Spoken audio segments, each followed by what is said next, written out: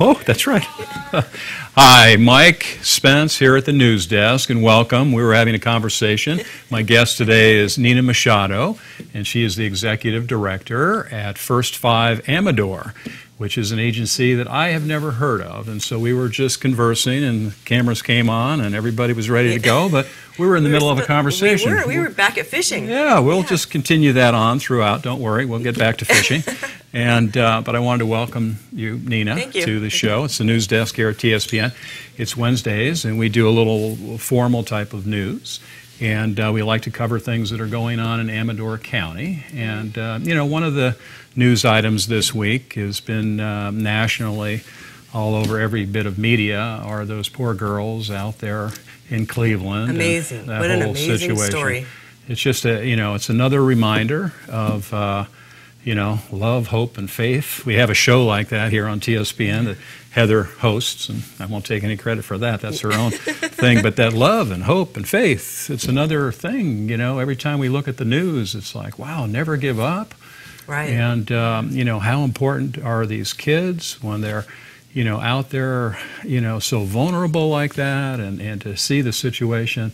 You know, we'll talk a little bit about that. But first we want to talk about First 5, which ties into that whole situation and kids here in our county. Well, and, you know, and with that, on that topic too, I mean, it's just finding that balance of remaining safe and not being paranoid. Right. So I think that that's always a challenge for caregivers of children. So anyway, on that. Well, you know, it is an important thing. We have teachers and different caregivers, and there is a mandate in Amador County where when they see something that's going on, they need to report it. Right. And I think years ago those laws weren't as stringent, and people, you know, in a rural area like Amador County, there's probably more of that privacy issue, and well, I don't want to, you know, that's their business, and I don't want to say anything and disturb my neighbor or get my neighbor mad at me. But when it comes to children, you know, I know. You see something, say something. Better safe than sorry. Yes, yes. Just better safe than sorry. And you are doing an amazing job from what I researched. I had never heard of Amador, you know, First 5 Amador before. And so I went on the website and learned a little bit more about it. And what an amazing service that you're providing. It's a very important thing. Why don't you tell us a little bit more about what you're doing? I have a great job. Yes, you do. Very fortunate. As the executive director, First 5 actually is, I'll go back from the beginning, funded through Proposition 10, which is a tobacco tax. And the money is divvied up based on the birth rates of each county. And because we are a small county, we kind of fall into what they call a small county allocation. If they actually, for instance, Alpine County gave you an amount of money specific to the number of children there, you wouldn't be able to do anything with it. It would be so nominal. So we have about 275 babies born to residents in Amador County every year, and we get credit for them even if they're born outside the county, as long as they are residents of Amador, and which puts us between 1,500 and 1,600 children 0 to 5 in the county. So when I first took over, it was a great opportunity to actually bring my experience. I worked for public health and health education for the county for a combined of about 10 years. So being able to take that experience and translate it into, you know, First 5 Amador opportunities for children 0 to 5, it's been great. And then we were talking a little earlier about my other background, which was marketing communications. And First 5 was at a point where it was new and really needed somebody, a group to take the show on the road. Really help educate the community about what is First 5, what's this whole thing about the importance of 0 to 5 with children. Why is that such? Why does that play such a big role in their success later in life? And a lot of research came out on brain development, and we know that the majority of brain development goes on when they're tiny. You know, 0 to 3 is when you really do see all of the connections that are made in the brain.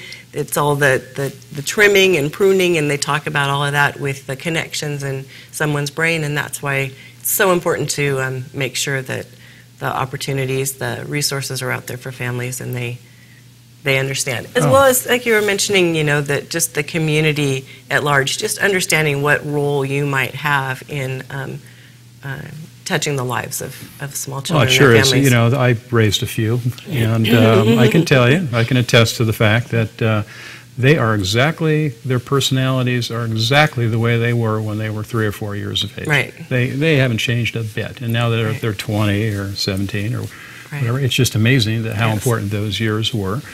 We came to Amador County. My kids were a little bit older. My daughter started Pioneer Elementary, but my son was high school, just going into high school. So we came here a little bit later on. But, you know, obviously those early years are so critically important. They are. And your funding must be very difficult, because if you're basing it on population, you know, our population is decreasing, or births here in the county. I know our population is decreasing, so births, I would imagine, are the birth rate would be going down as well. Fluctuates a little bit. You know, maybe a high year we might have 295, down to a low year we might have 265.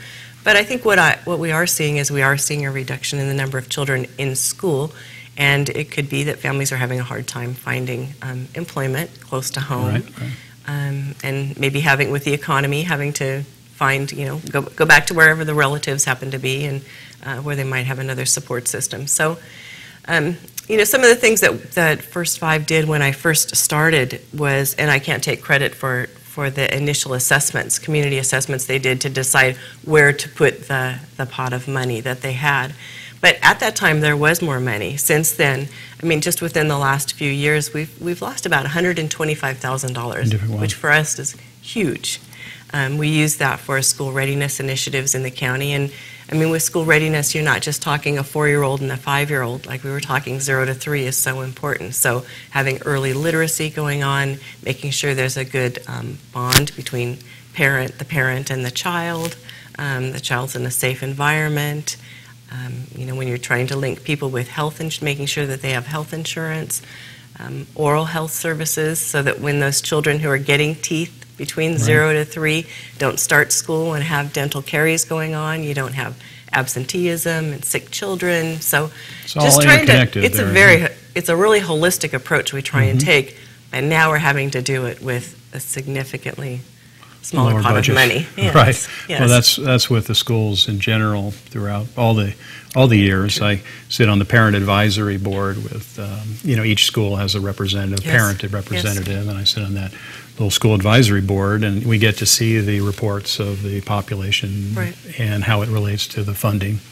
And of course, it's become a big issue over the last year with the school consolidation possibilities in the future. So it's all interconnected, and it starts at even that young age from 1st to 5. And you're that specialty little thing. I liked the idea of the classes, and you know, you mentioned the dental thing, but also the parenting part of it, and how you have your father. There's an emphasis on the importance of a father, and how you can get together in these different groups and these classes. Is it at the Margaret Dalton Center that you do some of those classes? You did great research. I'm really impressed. Thank you. I did 5 minutes ago. Well, you did well. We have, a year ago, we relocated to the building. It used to be a church. It's right behind the CHP in Jackson. We needed to move from the place where we were, which is actually just around the corner. That's 975 Broadway? Very good. Okay. Near the corner of Broadway and Clinton. Okay. And we saw the Rancheria was working on renovating this church, and they stopped for a little while, and so we just kind of made a call to them and said, what do you have in mind? You know, and they said, did you have a suggestion? And so we put together a proposal and really talked to community partners to make sure that this would be something that would be, we envisioned it really being utilized by the community, not just First Five. It really it's a great venue for multiple purposes. So we now have the Parent Cooperative Preschool that's co-located with us. First Five staff, and then we oversee now the Child Abuse Prevention Council and their funds. But, you know, that room has been used. It was used for an all-staff meeting, ATCA's all-staff meeting this week. It's used for exercise classes. It's in a brand-new facility. It's just parking is so easy there. Good. It's just a great place is ADA, to. Yes. Very fortunate to be able to use that facility there. And I see the kind of the youth emphasis on some of the outside thing. You know, it's a nice part of to see that happening in the community. and you know, putting an emphasis on kids. And you know, we have a minute or two before we go to break, but we're going to come back and talk a little bit more about you know, the different types of classes, you know, the wellness of these children from 1 through 5, and what we can do to keep an eye on them out there in the general public. We want to also, you know, talk a little bit more about you and fishing, and we're going to get around to that. It turns out not giving away any of those tricks. It turns out that your brother is like my fishing guide guru kind of person who I've, you know, counted on for many years. So we found a little connection. Everything's interconnected, and we're finding how small the Amador County world is. It is. And so we want everybody to keep that love, hope, and faith thing going for another 1 minute or 2 minutes during our break. And then we'll come back and talk a little bit further. But before we do go to break, I wanted to make sure that I mentioned that you are a local Amador County resident. And I am. You live, Since 1991. You live upcountry? Is that? I'm in Pioneer. Since 1991. Boy, that's impressive. Yeah. That's. I came here about 10 years ago, too. That's quite a while to be here in Amador County. It is. And you had your background was a little further up toward Markleyville, or how was no, that actually connection? Born and raised in Santa Clara area. Born in Redwood City. Oh, raised okay. in Santa Clara. Right. That's going back down to another connection. We'll talk a little bit about that.